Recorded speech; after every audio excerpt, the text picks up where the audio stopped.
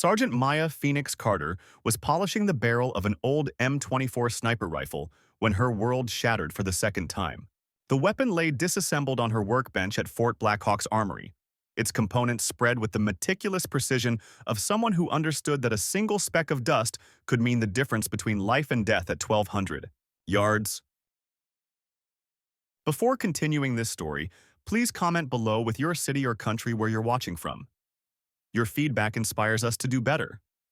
Maya had been helping Private Danny Torres adjust his scope mount when Colonel Marcus Steele walked in.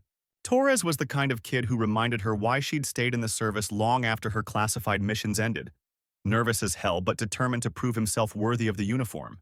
"Easy there, kid," Maya said, her calloused fingers steady on the adjustment wheel. "Rushing leads to missing, and missing leads to dead teammates. Take your time." Torres nodded gratefully. At 19, he still jumped at loud noises and stammered when officers addressed him directly. But his shooting scores were improving, and that's what mattered to Maya. She'd made it her mission to ensure every soldier under her tutelage came home alive. That's when Colonel Steele's shadow fell across her workbench like a bad omen. "Sergeant Carter." His voice carried the kind of authority that made seasoned NCOs straighten their spines. "Impressive work with that M24. Most supply clerks wouldn't know a barrel crown from a bolt face." Maya looked up slowly, her green eyes meeting his with practiced neutrality. At 34, she'd learned to blend into any crowd. Average height, auburn hair pulled back in regulation style, the kind of unremarkable appearance that intelligence operatives cultivated like a second skin. But those who looked closer might notice how her gaze constantly tracked movement, how her hands never strayed far from potential weapons, how she moved with the fluid economy of someone trained in places where hesitation meant death. "Just doing my job, sir," she replied evenly, continuing her work on the rifle. Steele stepped closer, his weathered face studying her with the intensity of a man who'd spent decades identifying threats in foreign hellholes. "That's a very specific kind of job, Sergeant. The way you handle that weapon, it speaks to experience most people don't acquire in supply chain management." Maya felt a familiar chill run down her spine, the same sensation she'd experienced in Syria when enemy snipers had her position bracketed. She forced her hands to maintain their steady rhythm as she reassembled the rifle's trigger group. "Marksmanship is a perishable skill, sir. I try to stay current." "Indeed." Steele picked up the rifle's stock, his thumb finding a small mark burned into the wood near the cheek rest. To untrained eyes, it would appear to be normal wear. But Maya knew better. The mark was elegant in its simplicity, a stylized phoenix surrounded by crosshairs, no larger than a quarter. The insignia of Shadow Division, a unit that officially never existed. "Interesting marking," Steele observed casually, though his eyes had sharpened with recognition. "Almost looks like some kind of unit insignia." Maya's pulse quickened, but her expression remained impassive. "Probably just damage from field use, sir.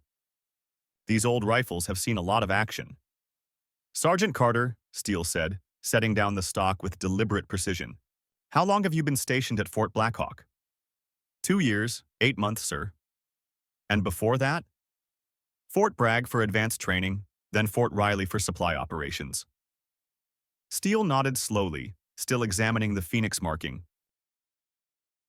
"Funny thing about military records, Sergeant.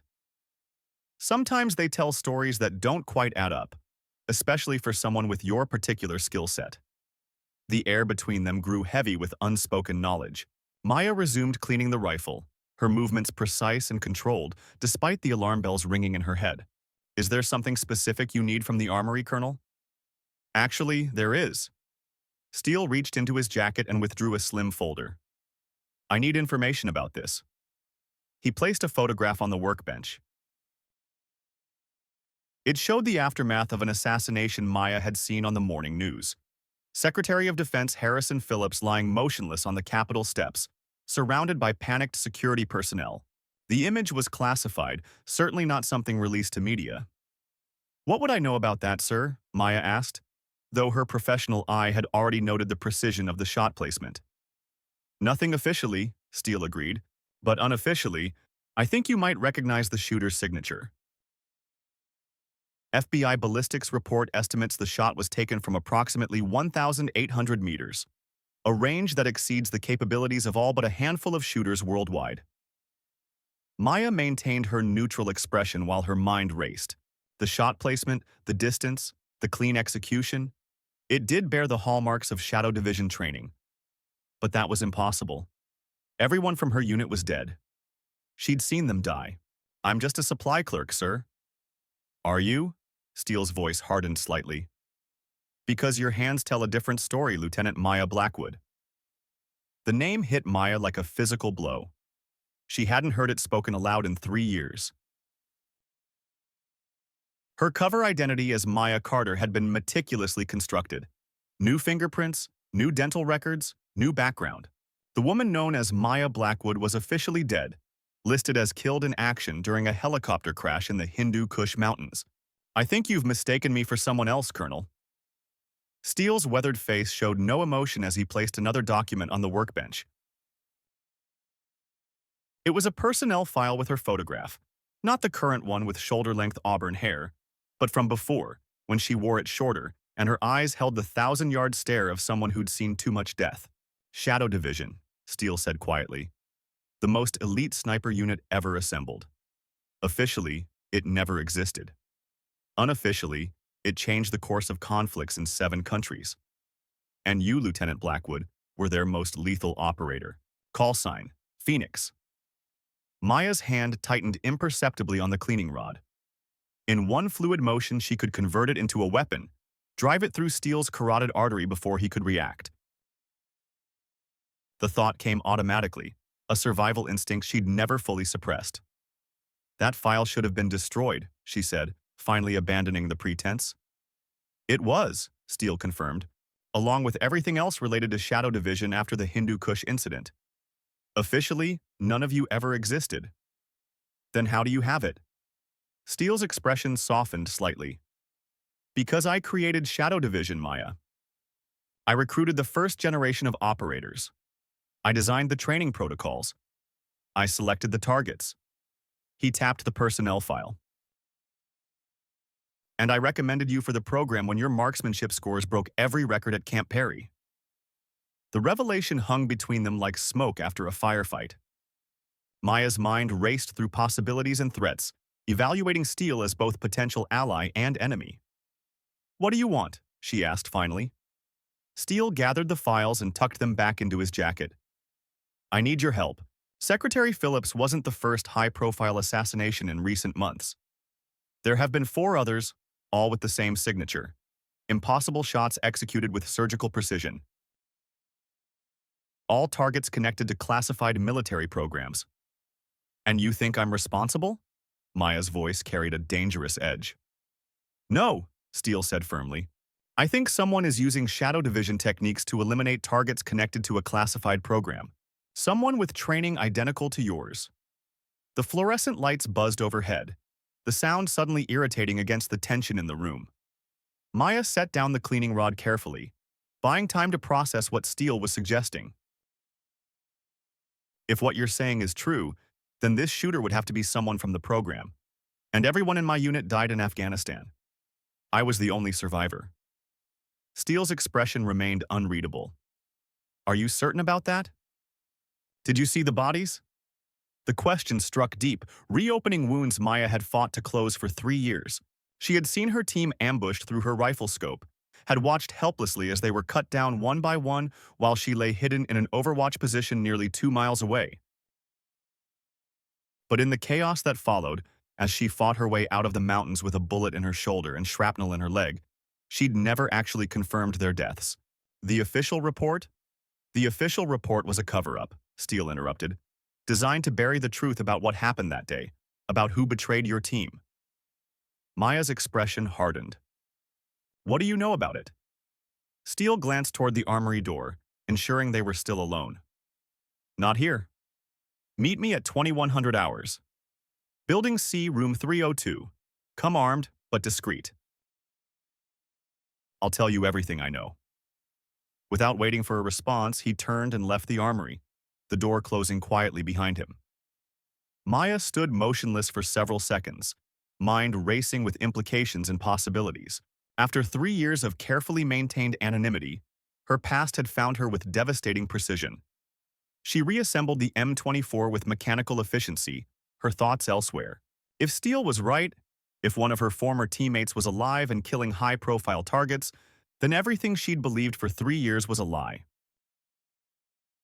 And if Steele was wrong, if this was some kind of trap, then her carefully constructed new life was already unraveling.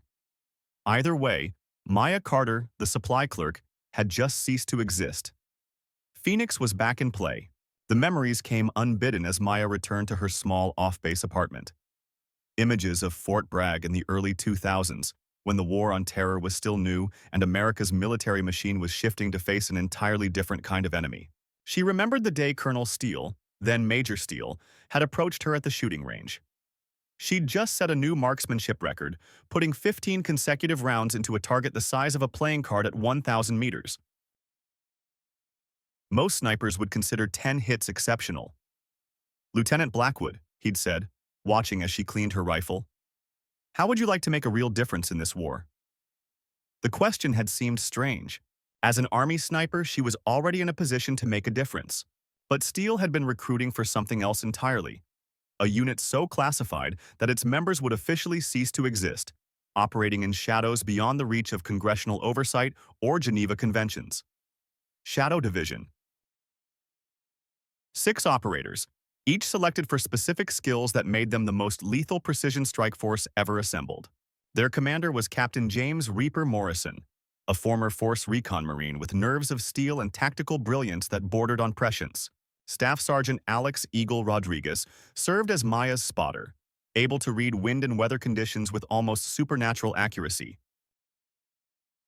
Sergeant Lisa Oracle Chen handled communications and intelligence, while Corporal David Doc Martinez kept them alive through injuries that would have killed lesser operators.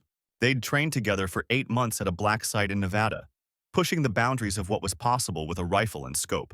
They'd learned to execute shots that defied physics and probability, shots at extreme distances, in impossible weather conditions, against moving targets protected by the best security in the world. They'd studied anatomy to understand exactly where to place a bullet for maximum effect. They'd become something more than soldiers, more than snipers. They'd become instruments of American foreign policy, wielded by people whose names appeared in no public records. Maya parked outside her apartment building, a nondescript structure chosen specifically because it was unremarkable. Her unit was on the 2nd floor, facing east, with clear sightlines to surrounding approaches. Old habits died hard, even after 3 years of pretending to be normal. Inside, the apartment was Spartan, but not suspiciously so. A few personal photographs, all staged with people who didn't exist, adorned the walls. The furniture was comfortable but inexpensive. Nothing that would draw attention or be difficult to abandon at a moment's notice. Maya moved directly to the bedroom closet, pushing aside hanging clothes to reveal a small keypad hidden in the back wall. She entered a 12-digit code, and a section of the wall slid silently aside, revealing a hidden room barely larger than a walk-in closet. Inside was everything Maya Carter wasn't supposed to possess. A custom Remington 700 rifle with match-grade barrel and specialized scope, 3 handguns with suppressors, $75,000 in various currencies, 6 passports with different identities, communication equipment, medical supplies, and a laptop containing encrypted files on various subjects of interest. She hadn't accessed this room in months, had almost convinced herself she kept these items purely out of paranoia rather than necessity. Now, as she checked the weapons and equipment with practiced efficiency, she wondered if some part of her had always known this day would come. Maya retrieved the laptop and powered it on, entering a complex password from memory. The encrypted files contained everything she'd managed to salvage about Shadow Division before assuming her new identity. Mission logs, personnel files, target assessments. She navigated to the file labeled Hindu Kush Incident and opened it, steeling herself against the flood of emotions that accompanied the images. The mission had seemed routine by their standards. Infiltrate the mountains along the Afghanistan-Pakistan border to observe and potentially eliminate a high-value target believed to be coordinating attacks against coalition forces. Intelligence had placed Hassan Zarif, a key Taliban commander, at a compound nestled high in the mountains. Morrison had selected a standard deployment pattern. Maya would establish an overwatch position on a ridge with commanding views of the valley, while the rest of the team approached the target location from multiple angles. The operation was supposed to last 72 hours. Insertion, confirmation, elimination if authorized, and extraction. Everything had gone according to plan until the second night. Maya was in position, maintaining overwatch through her scope, when she saw the first sign of trouble. Movement on a ridge that should have been clear. Too many figures approaching her team's position from multiple directions. Overwatch to team leader, she'd whispered into her comm. Multiple hostiles approaching your position from the north and east. At least 15 figures, armed. Morrison's voice had come back tense but controlled. Confirmed. We're seeing movement to the south as well. This isn't random. They know we're here. Pulling back to extraction point, Charlie, Chen had added. ETA 5 minutes. What followed was etched into Maya's memory with horrific clarity. Her teammates had been surrounded, caught in a carefully orchestrated ambush. Through her scope, she'd watched as Morrison directed their defensive response, creating a perimeter in the rocks as they tried to fight their way to the extraction point. One by one, they'd fallen. Martinez first, shot while trying to drag a wounded Chen to cover. Then Rodriguez, her spotter, killed by what appeared to be a sniper on a distant ridge. Morrison had fought the longest, his rifle claiming multiple enemies before he too disappeared in an explosion that illuminated the night. Maya had remained in position, using her rifle to eliminate as many attackers as possible, creating chaos and confusion that might allow any survivors to escape. But as dawn approached, there was no movement from her team's last position, only enemy fighters methodically searching the area. A bullet had slammed into the rock beside her head, then another had ripped through her shoulder. Her position compromised, she'd had no choice but to abandon her post and begin the harrowing journey back to friendly territory. 18 hours of crawling, hiding, and evading enemy patrols with a wounded shoulder and the knowledge that she had failed to protect her team. The official report, delivered to her in a military hospital in Germany, stated that the entire team had been killed. Their bodies, recovered by a quick reaction force, were shipped home in flag-draped coffins. Maya had attended their funerals, standing at attention in dress uniform as their families received folded flags and empty platitudes about service and sacrifice. 2 months later, still recovering from her wounds, she'd been approached by a stern-faced officer from an agency he refused to name.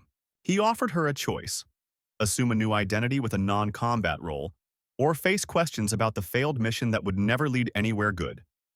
The implication was clear. Someone needed a scapegoat, and a sniper who had survived while her team died made a convenient target. Maya closed the laptop, the memories too painful to revisit further.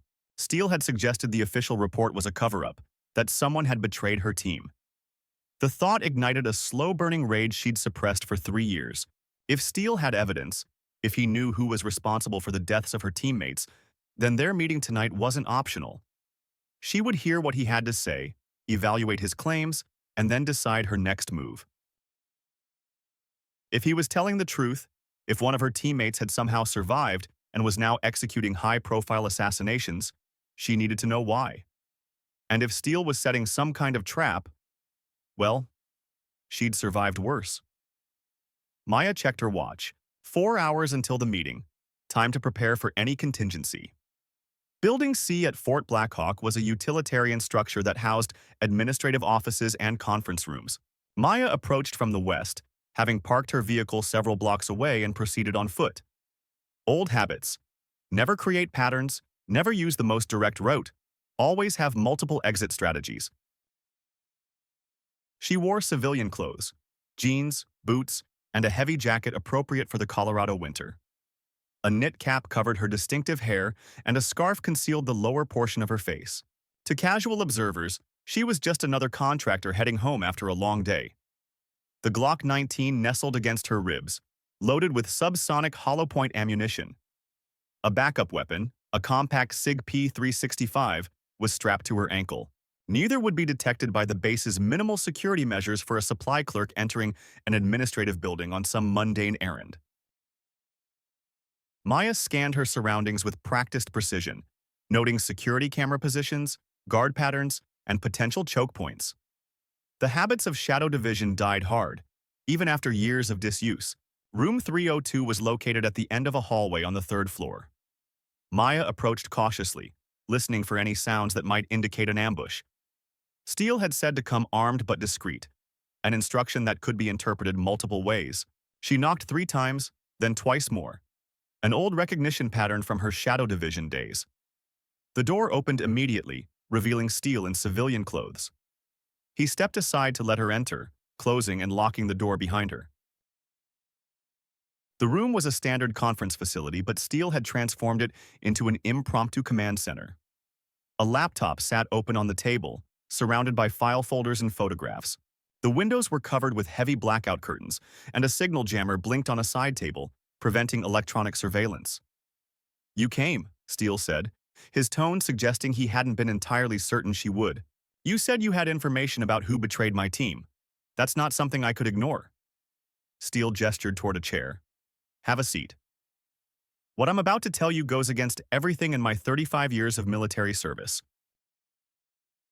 It involves betrayal at the highest levels and a conspiracy that has already claimed dozens of lives."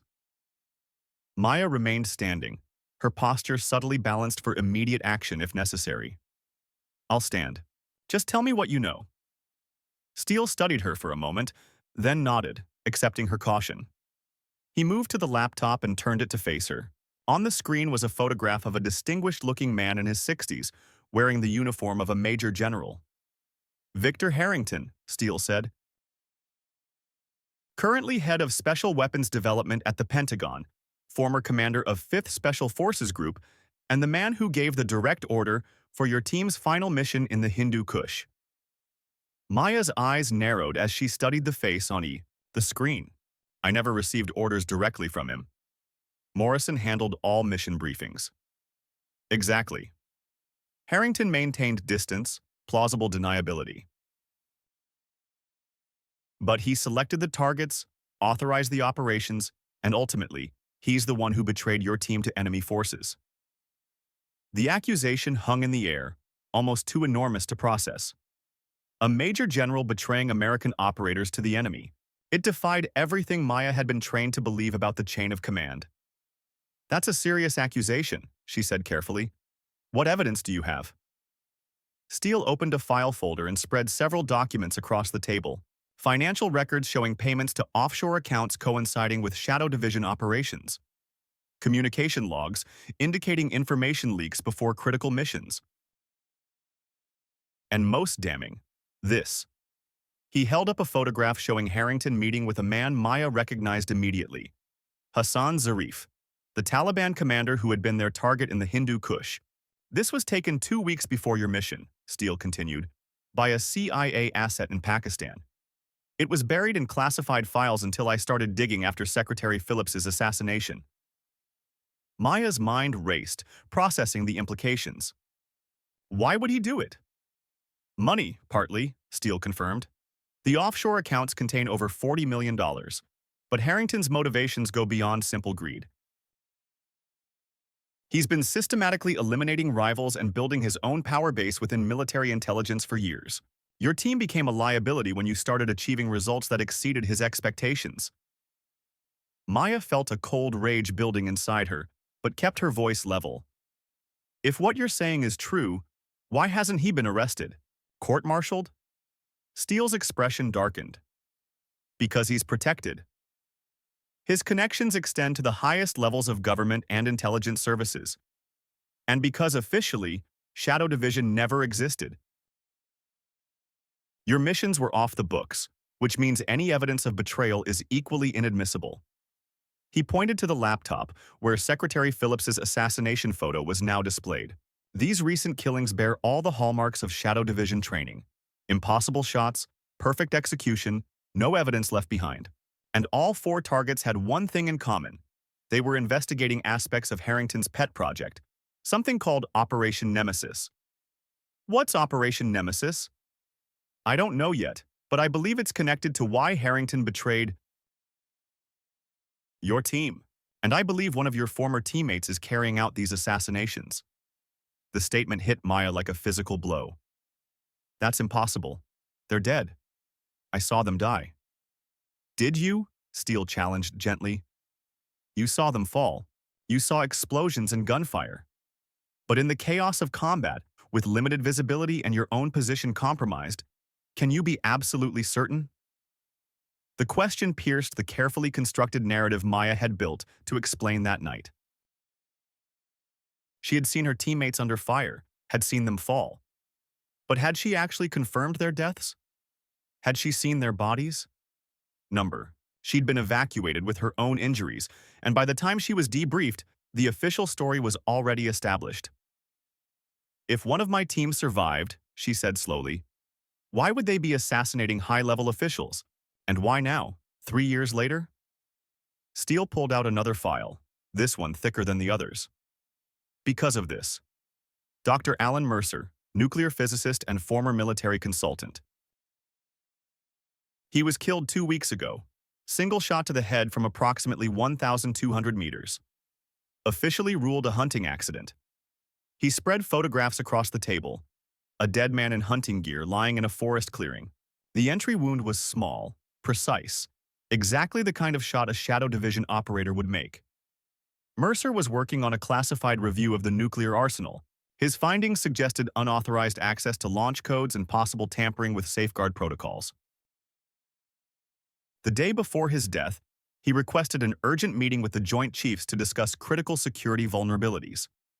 Steele pulled out another photograph, this one showing Mercer meeting with someone in what appeared to be a secure facility.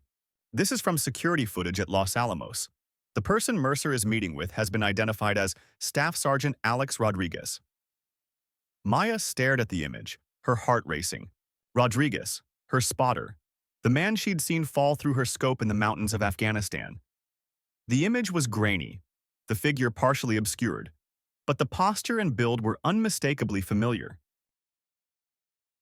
Rodriguez is alive, she whispered, her voice uncharacteristically vulnerable. It appears so, Steele confirmed, and he's not the only one.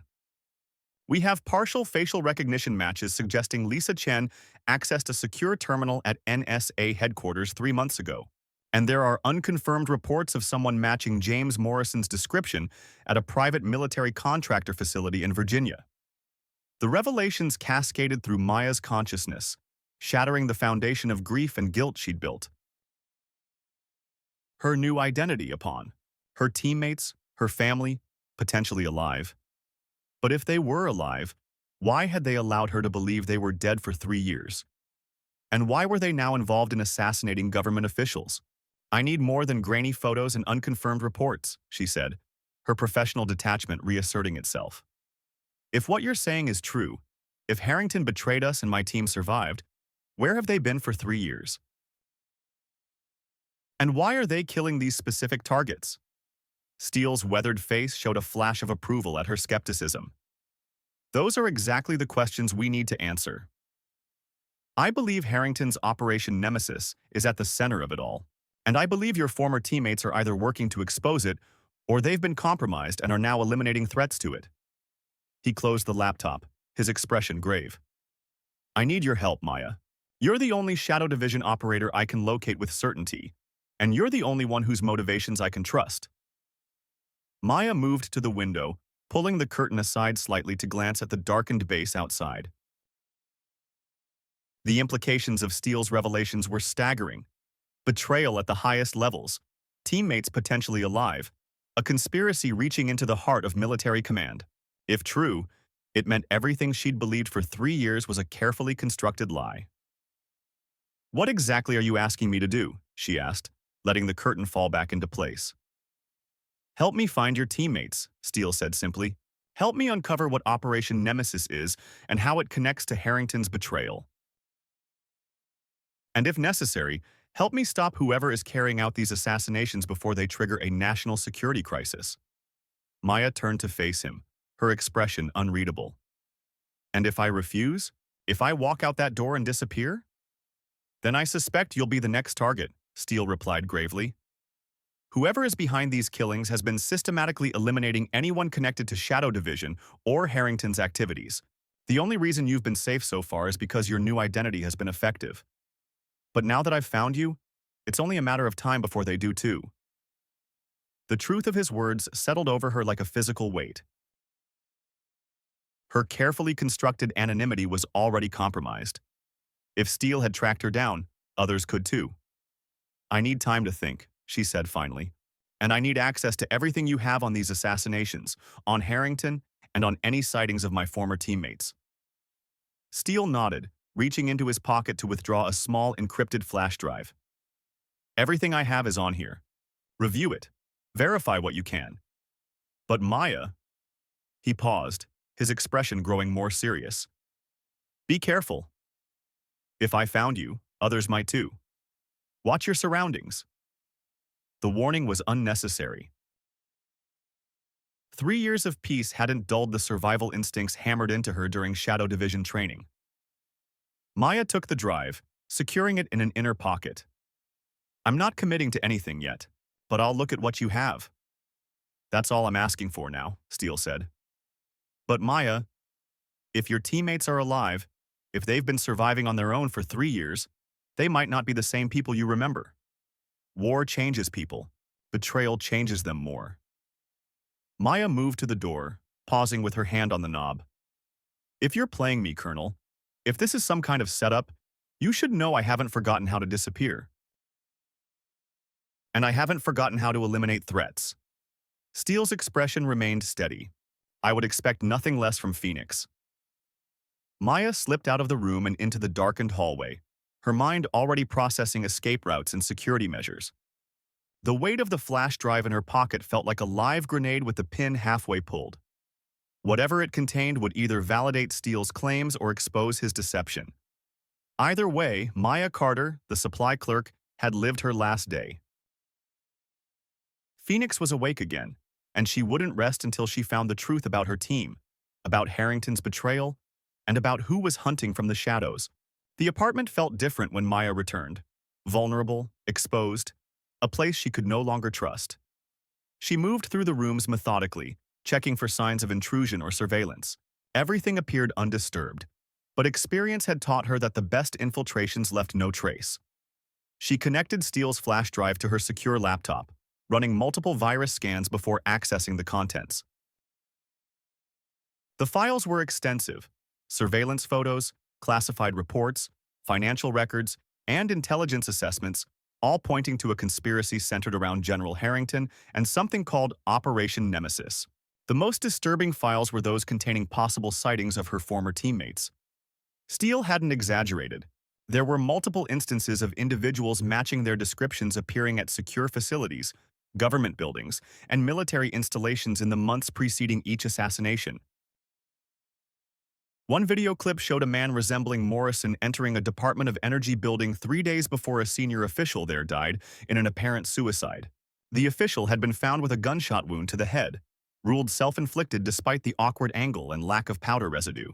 Another file contained surveillance photos of a woman who could be Chen, accessing a secure terminal at the NSA using credentials that passed all security protocols but belonged to an employee who had been on medical leave. The evidence wasn't conclusive, but it was compelling. Maya found herself torn between hope that her teammates had survived and fear of what they might have become. Had they been turned? Brainwashed? Or were they pursuing their own investigation into Harrington's betrayal? As dawn approached, Maya came to a decision. She would work with Steele, cautiously, keeping her own counsel, to find her teammates and uncover the truth about Operation Nemesis. But she would maintain her own operational security, establish safe houses and escape routes, and be prepared to disappear again if necessary. She began systematic preparations, gathering essential equipment from her hidden room and packing it into a nondescript duffel bag. Weapons, ammunition, communication gear, medical supplies, cash, false identification, everything she would need to operate independently if Steele proved untrustworthy. As she worked, a subtle noise from the living room froze her in place. The nearly imperceptible sound of metal against metal, like a lock being manipulated by expert hands. Someone was attempting to enter her apartment. Maya drew her Glock silently, moving to a position with clear sight lines to the front door but concealed from immediate view. Her mind calculated angles, cover positions, and escape routes automatically. Combat instincts, overriding 3 years of civilian pretense. The lock disengaged with a soft click, and the door opened slowly. A figure slipped inside. Male, approximately 6 feet tall, moving with the fluid grace of someone trained in covert entry. His face was obscured by a balaclava, but his movements were hauntingly familiar. Maya held her position, controlling her breathing as the intruder swept the main living area with practiced efficiency. He moved to the kitchen, then the bedroom, his search methodical and professional. When he approached the closet with her hidden room, Maya made her decision. "Stop right there," she ordered, her voice deadly calm as she emerged from cover with her weapon trained on the intruder's center mass. "Hands where I can see them." The figure froze, then slowly raised his hands. "Been a long time, Phoenix," he said, his voice muffled by the balaclava but unmistakably familiar. "Take off the mask," Maya commanded, her aim unwavering. The intruder complied, pulling the balaclava up to reveal a face Maya had last seen through a rifle scope in the mountains of Afghanistan. Alex Rodriguez. Her former spotter and the man she'd believed dead for 3 years. "Hello, Maya," Rodriguez said, a faint smile playing at the corners of his mouth. "Looks like we've got a lot to catch up on." Maya's weapon remained steady, though her mind reeled with questions. "You're supposed to be dead." "So are you," Rodriguez countered. "Maya Carter, nice cover. Almost didn't find you." "Why are you here?" Maya demanded, unwilling to lower her weapon despite the shock of seeing her former teammate alive. Rodriguez glanced around the apartment, his expression turning serious. "Same reason Steele found you. Someone's killing people connected to Shadow Division, and they're using our techniques to do it." "And how do I know you're not that someone?" Maya asked coldly. Rodriguez smiled again, but there was no warmth in it. "If I wanted you dead, Phoenix, you wouldn't have heard me coming." It was true, and they both knew it. Rodriguez had been one of the best at infiltration tactics, able to move through hostile territory like smoke. "Steele told me you were spotted at Los Alamos with Dr. Mercer before he was killed," Maya said, still not lowering her weapon. "I was trying to protect him," Rodriguez replied, his expression darkening. "Failed, obviously, just like I'm failing to protect you." "We need to move, Maya. Your position is compromised. Steele's too." "How do you know about Steele?" "Because I've been watching him for months. He's getting close to the truth about Operation Nemesis, and that makes him a target." Rodriguez checked his watch. "We have maybe 15 minutes before a cleanup team arrives. They followed Steele to your armory yesterday, then to his quarters last night. They know he's found you." The tactical situation clarified instantly in Maya's mind. If Rodriguez was telling the truth, staying meant confrontation with unknown hostile forces. Leaving meant trusting a man who had been missing, presumed dead, for 3 years. "Where would we go?" she asked, finally lowering her weapon slightly. "Somewhere safe. Somewhere we can talk properly." Rodriguez moved toward the window, checking the street below. "Morrison is waiting with transport. Chen is running interference on surveillance systems, just like old times." The mention of her other teammates sent a jolt through Maya's system. "They're alive too? All of you?" Rodriguez turned back to her, his expression a complex mixture of emotions. "Not all of us. Martinez didn't make it out, but the rest of us survived, and we've been working to uncover who betrayed us and why." He gestured toward her half-packed bag. "Finish what you were doing. 2 minutes, then we move." Maya made her decision. She holstered her weapon and quickly completed her preparations, securing essential equipment and destroying anything that might provide intelligence to whoever was coming. As she worked, she asked the question that had been burning in her mind. "Why didn't you contact me?" 3 years, Alex. I thought you were all dead." Rodriguez checked his weapon, a suppressed Sig Sauer, while watching the street. "We couldn't risk it. After the ambush, we didn't know who to trust. Harrington had connections everywhere. We had to disappear completely, establish new identities, gather intelligence. By the time we confirmed you'd survived, you were already established in your new life here. Morrison thought it was safer to leave you out of it. Out of what exactly? Maya demanded, zipping her duffel bag closed. The hunt for Harrington, Rodriguez replied grimly. And the truth about Operation Nemesis. It goes deeper than you can imagine, Maya. All the way to the top. He moved to the door, checking the hallway before turning back to her. Ready? Maya shouldered her bag, the weight of weapons and equipment familiar after years of absence. Lead the way, Eagle. Rodriguez smiled at the use of his old call sign. Good to have you back, Phoenix. They slipped from the apartment into the pre-dawn darkness, leaving Maya Carter behind forever. As they moved through shadows toward an uncertain rendezvous, Maya felt the familiar tension of combat readiness settling into her muscles. Questions burned in her mind about her teammates' survival, about Steele's role, about Harrington's betrayal and the mysterious Operation Nemesis. But underlying it all was a dangerous sense of homecoming.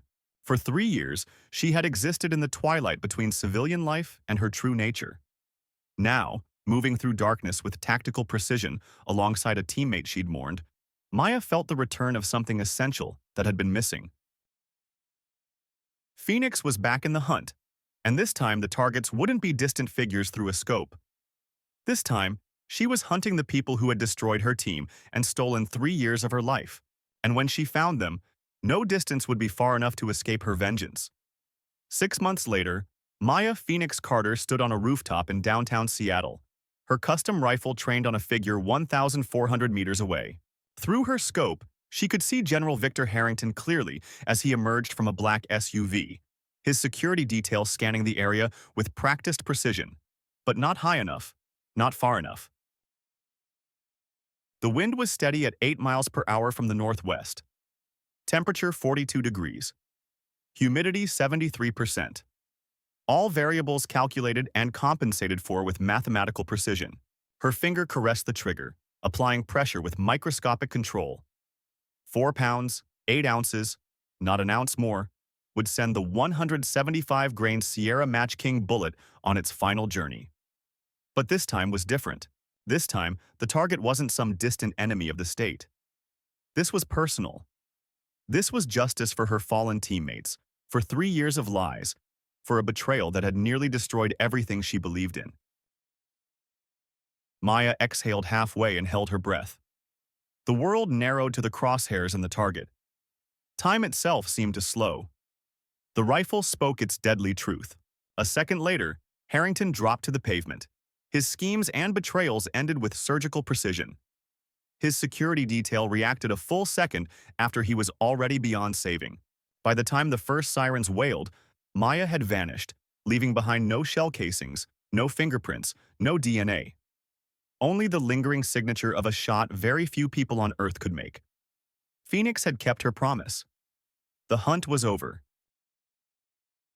But somewhere in the shadows of America's intelligence apparatus, new threats were already emerging.